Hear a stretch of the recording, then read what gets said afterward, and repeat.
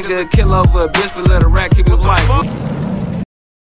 Understanding the parameters of my ruling, provide some questions that you believe should appropriately be asked. I'm happy to consider those. And it may be that there are, I mean, you can absolutely, again, ask him about the immunity grant and even right now, whether he is only doing this because it's avoiding jail for him. That's fine. You can explore that completely. All right. Okay. I understand your argument, and I am not making my ruling in any sort of an effort to protect Judge Glanville. I do not believe it is relevant to the issues for this jury to determine. With regard to whether Mr. Copeland's testimony between the 7th and the 10th was, I'm sorry, between the 10th and the 12th, was impacted by the ex parte on the 10th. I asked everybody, do we want to do the entirety of Mr. Copeland's testimony over? And everybody said, no, we want what got testified to between the 7th and the 12th at 3 p.m. So y'all had the opportunity to have it all done over, and you chose not to do that. You can ask him about the immunity and whether he'd be testifying without being ordered to. That's fine. But beyond that, the ins and outs of what happened in the ex parte with regard to whether there was a biased judge or not are, in this court's legal opinion, not relevant to these issues. And honestly, even the "we need your testimony," Judge Glanville had made a determination that Mr. Copeland's testimony and compelling that testimony by an immunity grant was in the public's interest. And so the "we" there is Judge Glanville, or can very easily be understood to be Judge Glanville saying "we, the public," and not "we, me, and the state." So I appreciate your proffer, but my ruling stands. Okay. Also, that reminds me that with regard to cross-examination, I know, Mr. Steele, you had at one point suggested an interest in cross-examining Mr. Copeland as to everything that went on during the ex parte. And some of that is no longer relevant. So anything, I mean, if you want to cross about things that the state said to him or that he said to the state, that's fine. But we have, I think, both circumvented and the whole coercion issue, and he has now been properly and correctly advised by this court and had the advice and counsel of 3 different attorneys that I know of. So that should no longer be an issue. And so that should no longer be relevant. So I would not permit examination or testimony about that.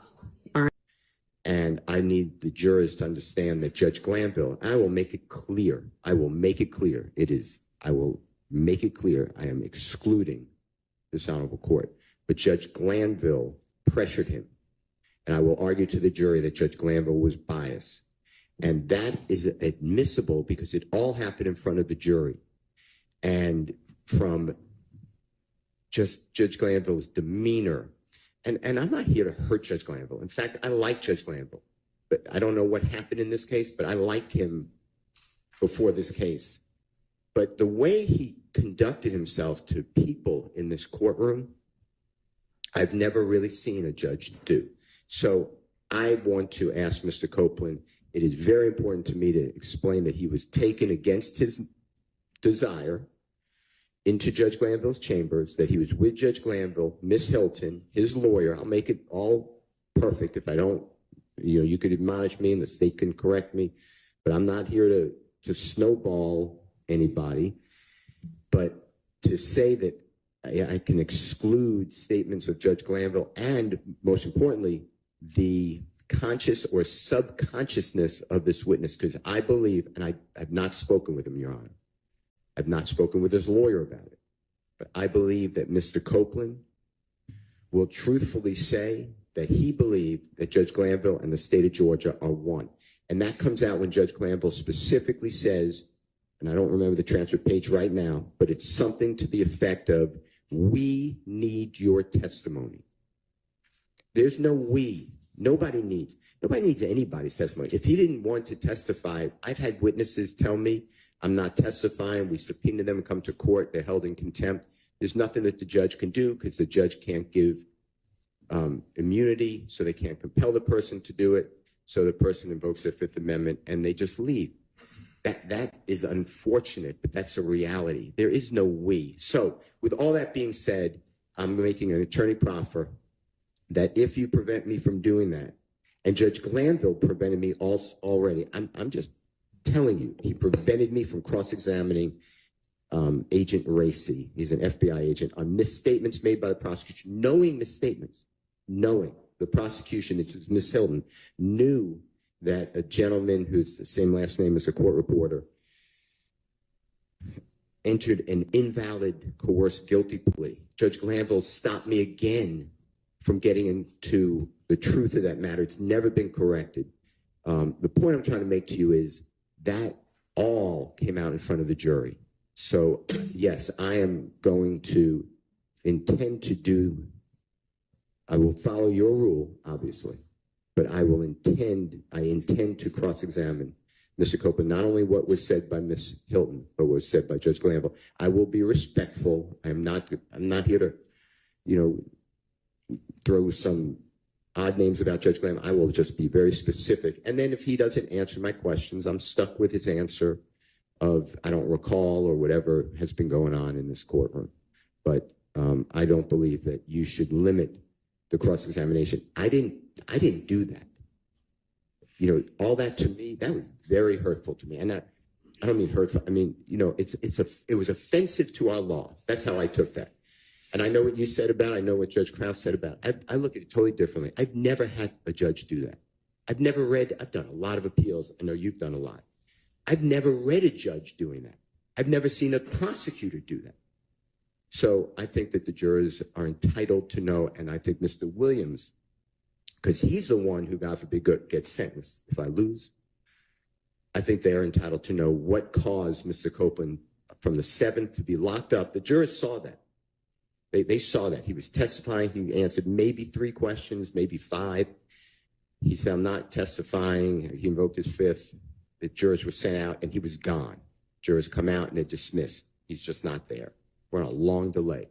I think that it is not irrelevant to this matter. I think it is more than relevant. I think it's probative. And this is the actual treatment by the former court and the current district attorneys of this. Come on, Judge. You don't think we see this? You say you're not trying to protect Glanville. But to us, you is. People, the whole judicial system is corrupt. They let anything go on. When it comes to the court system, they don't take accountability. They sweep it under the rug. And Glanville might as well still be up there the way this judge moving. But y'all leave a comment. Let me know what y'all think about this.